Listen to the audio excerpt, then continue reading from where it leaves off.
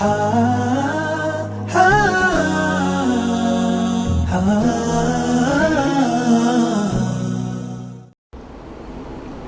Bismillahirrahmanirrahim. Assalamualaikum warahmatullahi wabarakatuh. Alhamdulillah, wassalatu wassalamu ala rasulillah wa ala alihi wa sahbihi wa man wala, amma ba'du. Pemirsa Tausiah FKG Unisula dimanapun Anda berada, alhamdulillah kita sudah memasuki bulan suci Ramadan 1442 Hijriah. Puja dan puji syukur kehadirat Allah Subhanahu wa Ta'ala yang telah merahmati kita sampai detik ini dengan menjumpai bulan yang penuh berkah, penuh barokah, penuh hidayah, yaitu bulan suci Ramadan yang pastinya dinanti oleh seluruh muslimat dan muslimin dimanapun berada. Tentunya pada kesempatan spesial ini, dengan senang hati kita meningkatkan prestasi kita di hadapan Allah Azza wa Jalla dengan semangat beribadah kepada Allah Subhanahu wa Ta'ala yang pastinya akan menjadikan kita sehat jasmani dan rohani, jauh dari sifat dan sikap tercela, guna menjadi insan yang berbudi luhur, berguna bagi keluarga, kerabat, dan lingkungan sekitar. Pada kesempatan kali ini, dari FKG Unisula mempersembahkan tausiah dengan harapan menambah pengetahuan dan pengalaman sebagai seorang muslim, dan tentunya menambah ilmu dalam kajian bersama Ustadz Alfian Yusuf dalam topik Mekah sebagai sentral aktivitas seluruh masyarakat Jazirah Arab. Bagaimana aktivitas sebagai sentral dagang? Apa itu makna era jahiliyah? Tidak mengurangi rasa hormat, langsung saja kita ikuti kajian bersama Ustadz Alfian Yusuf. Assalamualaikum warahmatullahi wabarakatuh. Apa kabar Pak Ustadz? Sehat? Alhamdulillah. Amin. Langsung saja kita ikuti tausiah bersama Bapak Ustadz Alfian Yusuf. Ya. Bismillah. Assalamualaikum warahmatullahi wabarakatuh. Alhamdulillah, alhamdulillah, wassalatu wassalamu ala rasulillah wa ala alihi wa ashabihi wa mawala. La hawla wa la quwata illa billah. Rabbi syrah li sadri wa yassir li amri wahlul 'uqdatam min lisani yafqahu qawli. Allahumma la sahla illa ma ja'altahu sahla wa anta taj'alul hazna idza syi'ta sahla. Rabbi zidna ilman warzuqna fahman. Amma ba'd. Bapak dan Ibu serta saudaraku sekalian, alhamdulillah puji dan syukur kita panjatkan kehadirat Allah Subhanahu wa Ta'ala, di mana atas limpahan nikmat yang diberikan maka kita diizinkan untuk kembali bertemu dengan bulan Ramadan, bulan yang penuh dengan rahmat atau kasih sayang dari Allah ya. Dan juga bulan yang penuh dengan keberkahan, bulan di mana setiap amal saleh kita akan mendapatkan pahala yang berlipat-lipat ya. Dan bulan di mana dosa-dosa serta kesalahan kita yang lalu diampuni oleh Allah Subhanahu wa Ta'ala. Maka kita bersyukur sekali karena di kesempatan Ramadan ini kita diberikan waktu, diberikan kesempatan untuk bertemu dan beramal saleh di bulan ini. Nah, ada satu hal yang menarik ketika saya diminta oleh Fakultas Kedokteran dan Gigi ya, Universitas Islam Sultan Agung Semarang untuk mengisi kajian atau tausiah tentang sirah nabawiyah. Kenapa menarik? Karena sebetulnya begini, selain daripada kita belajar tentang Al-Quran ya, tentang seluk-beluknya, tentang kisahnya, tentang hikmahnya, pelajaran yang ada di dalamnya, kita juga penting belajar tentang sirah nabawiyah, belajar tentang perjalanan dakwah Rasulullah SAW, belajar tentang kepribadian beliau, sehingga dari situ kita jadi bisa mengaplikasikan konsep dakwah yang terjadi pada masa Rasulullah di zaman kita sekarang. Jadi ketika kita itu ingin berdakwah, kita ingin mengamalkan Islam, itu ternyata tidak lepas dari yang namanya sirah nabawiyah atau sejarah Rasulullah SAW. Karena memang yang beliau alami, yang beliau ucapkan, ya, kemudian yang beliau lakukan itu tentunya mengandung banyak sekali hikmah dan pelajaran yang bisa kita ikuti. Tentunya kita juga nantinya harus mengetahui latar belakang. Kenapa beliau melakukan seperti ini? Kenapa begini? Kenapa begitu? Dan seterusnya. Termasuk diantaranya adalah kita jadi memahami betul bahwa Allah Subhanahu Wa Taala ketika menurunkan Islam di Mekah, ya, kemudian memilih Muhammad Sallallahu Alaihi Wasallam sebagai Nabi dan Rasulnya, tentunya ada banyak sekali hikmah. Ya, maka di kesempatan kali ini kita mencoba awal-awal ya, ketika Mekah itu atau Arab secara umum belum disentuh oleh risalah Islam, yaitu ketika Rasulullah SAW belum diangkat menjadi seorang nabi dan rasul. Nah, secara umum ya kami sampaikan bahwasannya Mekah itu merupakan salah satu sentral komunitas, salah satu sentral peradaban, salah satu pusat orang berkegiatan di Jazirah Arab. Memang secara teritorial, kemudian kultur masyarakatnya, kemudian topografinya, ya, itu ternyata Mekah kan seperti yang kita ketahui, tanahnya itu tandus, bebatuan, kering. Kalau panasnya ekstrim, kalau pas musim dinginnya ekstrim. Ini yang kemudian Allah Subhanahu wa taala firmankan di dalam Quran surat Al-Quraisy, li'ila fi Quraisy. Itu adalah sebuah pernyataan dari Allah Subhanahu wa taala bahwa seharusnya orang-orang Quraisy, orang-orang Mekah itu bersyukur kepada Allah, menyembah Allah. Kenapa? Ya, li'ila fi Quraisy ila bihim rihlatasy syita'i was-sayf. Karena orang-orang Quraisy itu atau orang-orang Arab Mekah secara umum itu melakukan perjalanan dagang ke Yaman dan ke Syam. Syam itu kalau sekarang ya sekitar Palestina dan sekitarnya itu Syam. Nah, ketika di musim dingin, karena dingin di di Mekah itu sangat-sangat dingin sekali, dengan yang pernah berkunjung ke tanah suci ya, pada saat sedang musim dingin itu suhunya bahkan sampai 0 derajat Celcius. Nah, ketika dingin itu karena mereka hendak menghindari suasana yang sangat dingin, mereka kemudian keluar dari Mekah, tapi keluarnya sekaligus untuk berdagang. Ya. Di musim dingin, ya, mereka itu berdagang ke Yaman. Ya. Ketika nanti sudah selesai musim dinginnya, mereka akan pulang ke Mekah. Dan nanti pada saat musim panas, yang panasnya ekstrim, mereka meninggalkan kota Mekah dan berangkat ke Syam atau ke Palestina untuk berdagang lagi. Jadi barang dagangan yang ada di Mekah dibawa ke Yaman, dijual di Yaman, kemudian di Yaman apa yang bisa dibeli untuk nanti dijual di Mekah. Begitu pun sebaliknya, ketika musimnya mereka di musim panas mereka harus ke Syam, barang-barang apa saja yang bisa diambil dari Mekah kemudian dijual ke Syam. Begitu pula sebaliknya, dari Syam itu nanti kemudian mereka kulaan lagi bahasanya, kemudian dibawa ke Mekah untuk jualan. Jadi aktivitasnya orang-orang Mekah itu adalah berdagang. Nanti sedikit berbeda ya ketika Rasulullah SAW di tahun ke-13 kenabian, beliau itu hijrah ke Madinah. Madinah itu rata-rata mayoritas penduduknya adalah berkebun. Ada kebun kurma karena memang Madinah memiliki struktur tanah yang lebih subur dan bisa ditanami oleh kurma, sedangkan Mekah itu tandus, kering kerontang. Allah alam bisawab, sekiranya di Mekah itu tidak ada sumur Zam-Zam, tidak ada orang yang mau di situ, tidak ada sumur Zam-Zam, tidak ada Ka'bah, tidak ada ibadah yang dulu ditinggalkan oleh Nabi Ibrahim alaihissalam, yaitu tawaf mengelilingi Ka'bah. Kalau nggak ada seperti itu, bisa jadi nggak ada orang yang mau tinggal di Mekah. Loh, kalau pas lagi musim panas, panasnya bukan main ekstrimnya. Kalau pas lagi musim dingin, dinginnya bukan main ekstrimnya. Kalau nggak ada sumur Zam-Zam, lah mereka mau minum apa? Gitu kan? Kalau nggak ada Ka'bah, nggak ada ritual ibadah tawaf seperti yang diajarkan Nabi Ibrahim alaihissalam, ya mereka nggak akan di situ.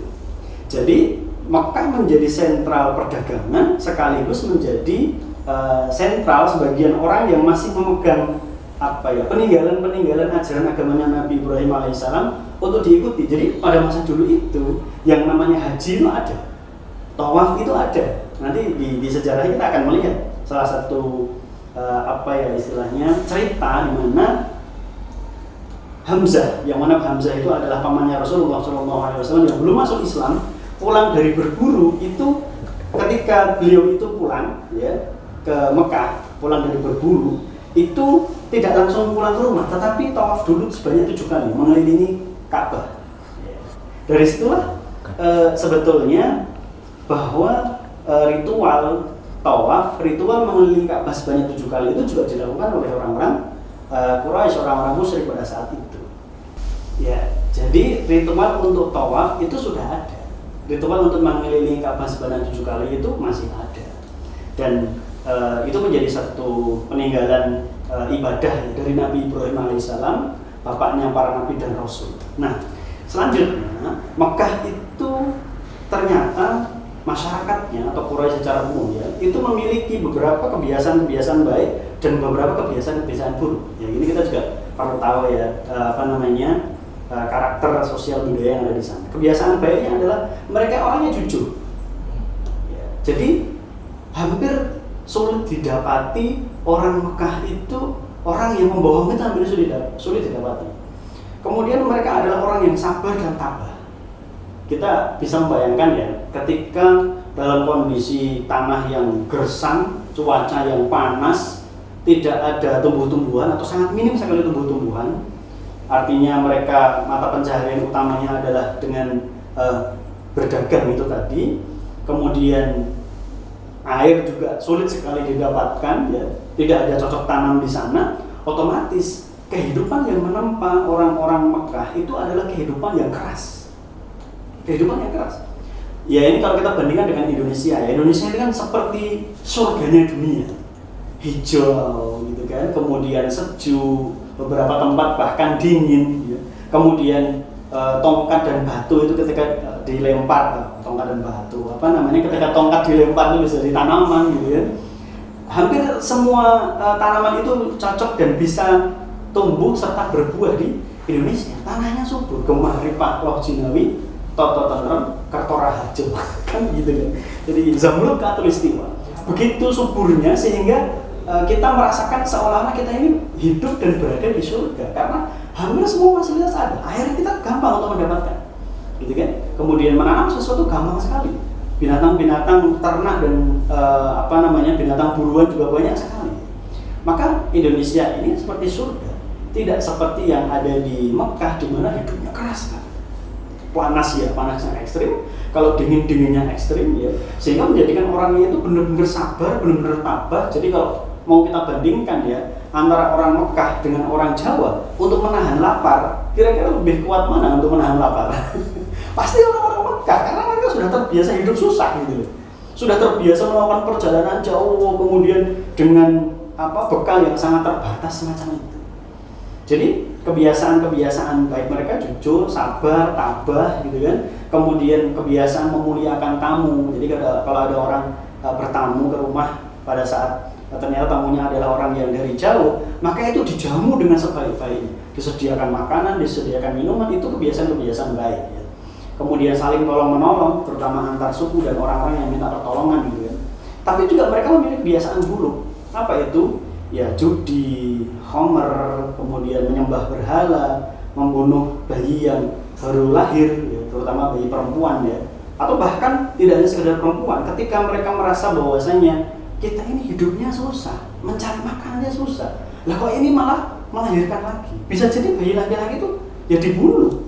Karena apa? Nanti mereka akan makan sebagian dari rezeki yang ada di rumah tangga kita, sampai seperti itu. Kemudian ya juga kejahilian yang lebih kental dan keburukan yang lebih kental adalah mereka menyembah patung, mereka menyembah berhala. Jadi Bapak Ibu serta saudaraku sekalian, itu adalah gambaran secara umum ya, tentunya tidak detail, tetapi itu secara umum kondisi Mekah pada saat itu. Kemudian di tahun gajah, nah ini juga menarik untuk dibahas ya. Kenapa disebut sebagai tahun gajah? Jadi orang-orang Arab zaman dulu itu ternyata sudah mengenal bahwasanya satu tahun itu ada 12 bulan, Muharram, Safar, Rabiul Awal, Rabiul Tsani dan seterusnya ya, sampai Dzulhijjah, sampai 12 bulan. Mereka tahu kalau hitungan bulan itu ada 29 atau 30 hari dengan mereka melihat hilal pada saat itu. Tetapi mereka belum menetapkan tahun. Tahun 1, tahun 2, tahun 3, mereka belum menetapkan tahun. Kalau menetapkan hari, menetapkan tanggal, menetapkan bulan, mereka sudah. Tetapi tahun itu belum pernah ditetapkan. Maka pada saat tahun gajah itulah disebut sebagai tahun gajah karena pada tahun itu ada Raja Yaman yang bernama Abraha merasa dengki dengan Mekah. Kenapa orang-orang Arab itu banyak berziarah ke Ka'bah? Mereka kenapa nggak datang ke Yaman? Mungkin dia ya, Raja Yaman itu sudah berpikir ini aset pariwisata kami itu juga tidak kalah hebat dibandingkan dengan Mekah gitu. Tapi mengapa banyak orang yang berkunjung ke Mekah? Yaman itu kan kalau struktur tanahnya jauh lebih subur ya, ketimbang yang ada di Mekah. Yaman itu lebih hijau. Nanti jenengan bisa buka di Quran surat Saba ketika Allah Subhanahu wa taala menurunkan tanda-tanda kekuasaannya di negeri Saba, negerinya Ratu Balqis. Ya, seorang ratu di masa Nabi Sulaiman ya. Di mana kebunnya sangat hijau. Jadi Yaman itu lebih hijau. Maka Raja Abraha dalam hatinya mengatakan, loh, kenapa orang lebih senang datang ke Mekah? Hampir setiap tahun orang berbondong-bondong menuju ke Mekah. Ya jawabannya adalah mereka masih melaksanakan sebagian ritual ibadah dari Nabi Ibrahim meskipun tidak sempurna. Jadi mereka sudah banyak kehilangan ajaran-ajaran yang murni, tapi mereka masih terbekas di otaknya bahwasanya di bulan-bulan tertentu mereka harus mengerjakan ibadah haji, mereka harus tawaf dan mengelilingi Ka'bah, mereka harus ziarah ke Ka'bah gitu kan. Itu menjadikan Raja Abraha gimana nih supaya orang-orang Jazirah Arab tidak lagi berkunjung ke Mekah, tapi mereka berkunjung ke Yaman. Gimana caranya? Oh ya, karena memang yang menjadi pusatnya adalah Ka'bah, yuk kita robohkan saja Ka'bah. Kemudian Raja Abraha tadi mempersiapkan pasukan gajah untuk merobohkan Ka'bah, bangunan yang dulunya pernah disempurnakan pembangunannya oleh Nabi Ibrahim dan anaknya Nabi Ismail. Nah dari situlah kemudian Raja Abraha mengumpulkan pasukan dan pasukannya adalah juga pasukan gajah yang sangat banyak jumlahnya, tapi Allah Subhanahu wa taala menyelamatkan Ka'bah itu dengan mengirimkan burung ababil. Alam tara kaifa ala rabbuka bi ashabil fil. Apakah kalian mengetahui bagaimana atau apa yang terjadi pada pasukan gajah? Jadi ketika Raja Abraha itu hendak menyerang Ka'bah, itu kakeknya Rasulullah pada saat itu ketika Rasul belum lahir ya, itu sudah wah ini bangunan yang selama ini kita agungkan akan dihancurkan. Maka sebagian orang-orang penduduk Mekah itu sudah diminta oleh Abdul Muthalib untuk pergi ke ke bukit-bukit. Ayo kita menyelamatkan diri gitu. Supaya kita nanti tidak menjadi korban. Tapi ternyata Allah Subhanahu wa taala menurunkan burung ababil itu dengan membawa sijil, batu-batu atau kerikil-kerikil dari api neraka. Kerikil yang ada di neraka, mereka rata-rata membawa 3 batu, yaitu 2 batu di kaki kanan dan kaki kirinya, kemudian 1 batu di paruhnya. Nah, batu-batu itu kemudian dijatuhkan ke pasukan gajah itu, termasuk Raja Abraha, sehingga akhirnya kocar-kacir dan mereka menarik mundur. Sampai akhirnya Raja Abraha pun juga harus dilarikan pulang ke Yaman, tapi di tengah perjalanan dia meninggal.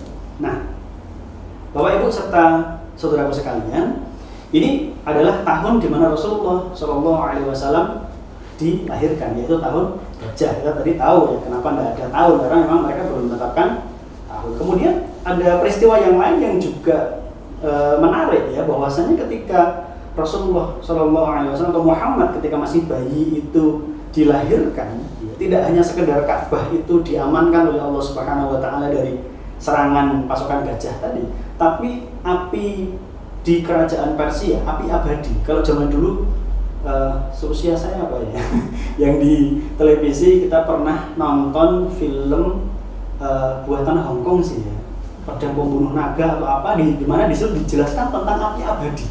Itu adalah sebuah kerajaan di Persia. Kalau Persia itu memang sekarang adalah kerajaan di atau wilayah yang ada di Iran atau Iran dan Irak, tapi memang lebih khusus di Iran. Mereka adalah penyembah api, agamanya dikenal dengan agama Majusi. Mereka memiliki api abadi yang tidak pernah padam dan dijaga terus jangan sampai padam. Kenapa? Wong ini Tuhannya kok, masa Tuhannya mati. Maka nanti ada kisahnya Salman Al-Farisi. Kenapa disebut Al-Farisi? Karena dia berasal dari Persia. Maka Salman Al-Farisi dari Persia. Ya, maka jadi keliru kalau jenengan memiliki putra diberi nama belakangnya Al-Farisi, itu jadi keliru karena Al-Farisi itu adalah Persia gitu. Sebagaimana sahabat Rasulullah Syuhaib Ar-Rumi. Kenapa ada Ar-Rumi? Karena dulu dia dididik di kerajaan Romawi. Nah, kembali ke api abadi tadi, pada saat Rasulullah SAW itu dilahirkan, api abadi yang ada di Persia itu padam. Dan itu menjadikan penduduk-penduduk Persia, terutama raja-raja yang ada di Persia, punggawa-punggawa kerajaannya itu jadi heran, ini ada apa? Api yang selama ini kita sembah kok mati, padahal kita menjaga jangan sampai api ini padam. Kemudian beberapa pilar-pilar yang ada di kerajaan-kerajaan Romawi juga runtuh, juga roboh.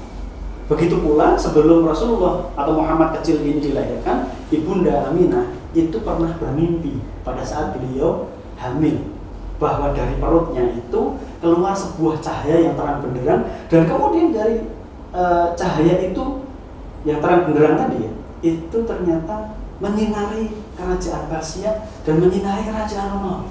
Itu beliau, Masya Allah, ini sebuah mimpi yang luar biasa. Kemudian bertanya kepada Abdul Muthalib, bertanya kepada beberapa orang, dan mereka rata-rata mengatakan, bayi yang ada di dalam perutmu itu bukan manusia biasa, pasti dia adalah orang yang hebat, pasti dia adalah orang yang luar biasa. Tapi sebelum beliau lahir, ya, ayah beliau yaitu Abdullah meninggal dunia.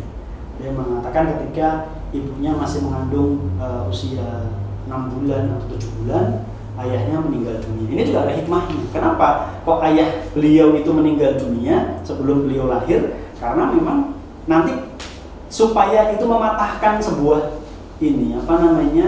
pernyataan ya, sekiranya pantas saja Muhammad cerdas, Muhammad pintar, bapaknya aja Abdullah hebat. Tapi ternyata memang Allah Subhanahu wa taala menakdirkan bahwasanya Muhammad itu tidak ketemu dengan bapaknya.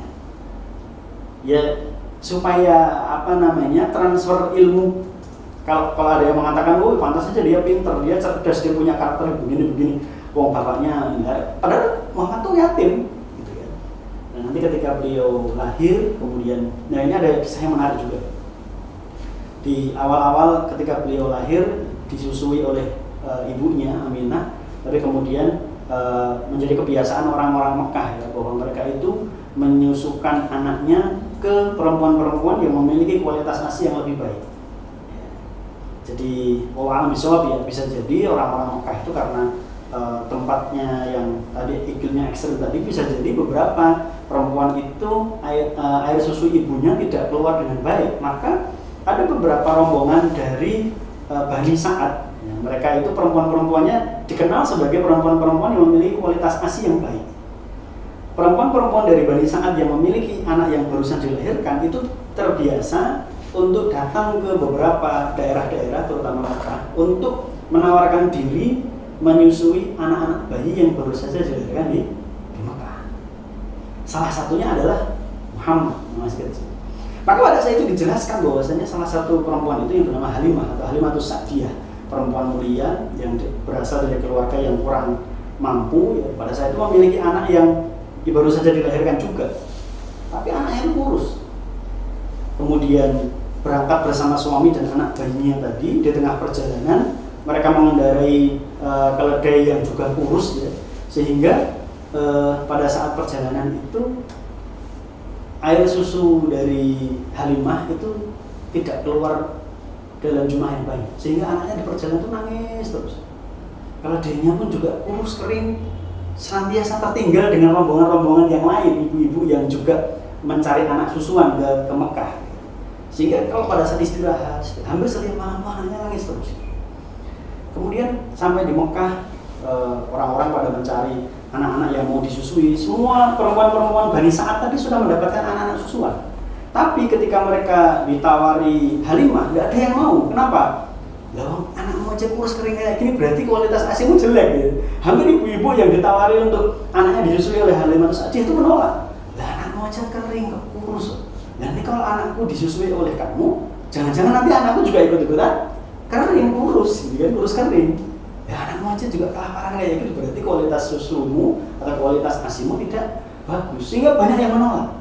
Sampai akhirnya Halimatus Sa'diyah itu ya memohon kepada Aminah agar anaknya saya susui saja.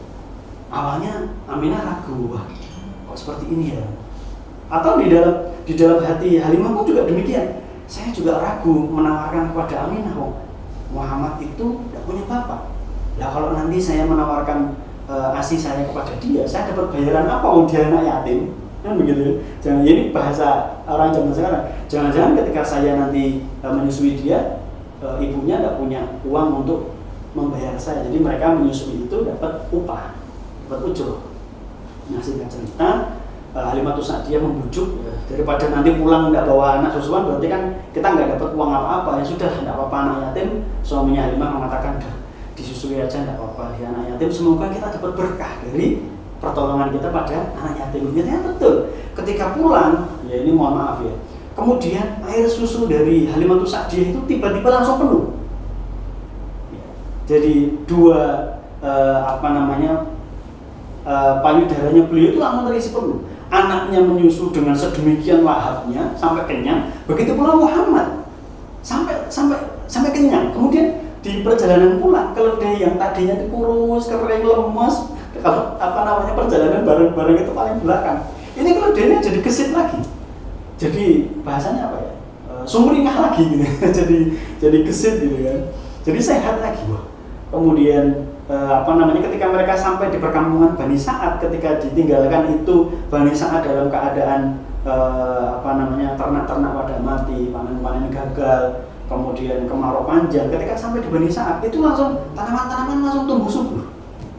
Ini Halimatus Sa'diyah berkata dengan suaminya, kita ini membawa bayi, bahasa kita membawa bayi ajaib ini.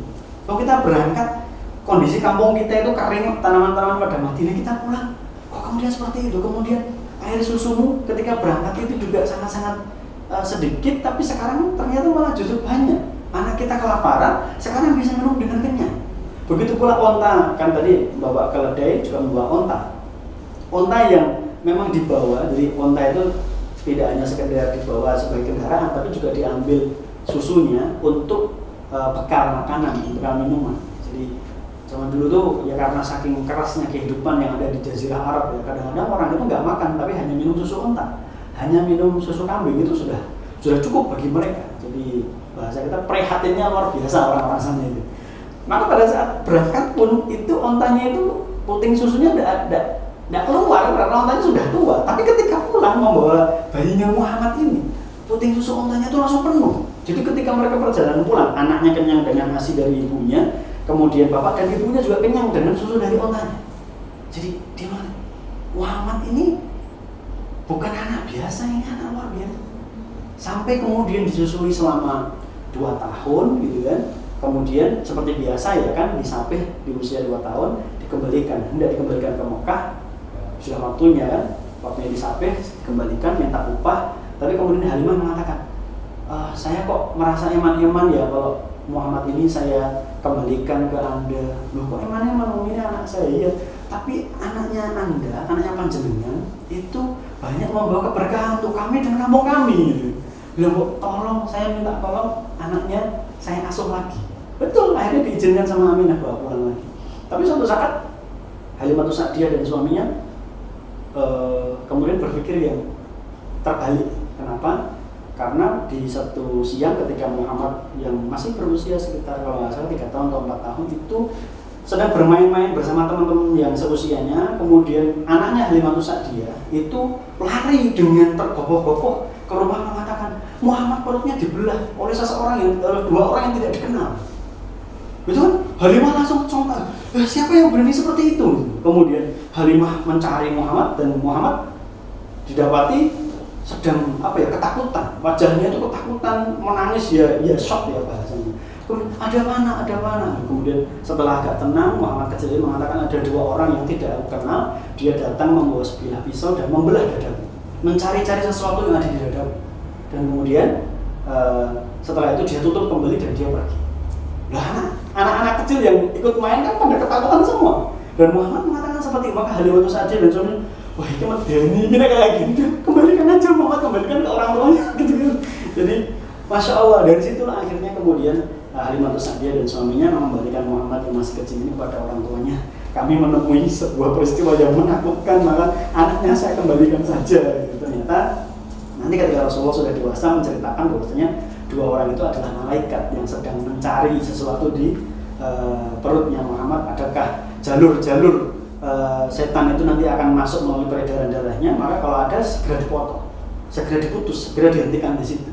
Jadi insya Allah setelah itu Muhammad akan terjaga dari perbuatan-perbuatan yang buruk. Dan betul, ketika Muhammad itu menginjak remaja, beliau itu adalah orang yang tidak pernah menyembah berhala, tidak pernah minum khamr, tidak pernah berjudi, tidak pernah mendengarkan sesuatu yang tidak bermanfaat. Sampai kita mendengar satu kisah yang sangat populer ya, ketika beliau sedang mengembalakan kambing, kok mendengar di tempat yang jauh sana terdengar ada suara biduan-biduan yang sedang bernyanyi. Biasanya ada acara resepsi pernikahan gitu kan.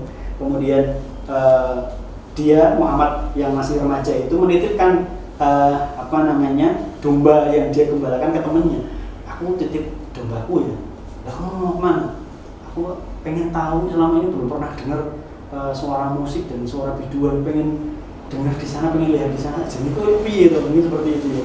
Kemudian Muhammad menitipkan kambingnya itu, dombanya itu, kemudian dia beranjak pergi, tapi baru beberapa saat dia itu merasa ngantuk dan tertidur di sebuah teras rumah ya, kalau saya tidak salah, atau di bawah pohon, sampai akhirnya beliau itu terbangun ketika matahari sudah meninggi. Jadi di sini disimpulkan bahwasanya Allah Subhanahu wa taala menjaga betul Muhammad dari perbuatan dosa, dari perbuatan maksiat, dari perbuatan kotor yang banyak dilakukan oleh orang-orang Makkah pada saat itu.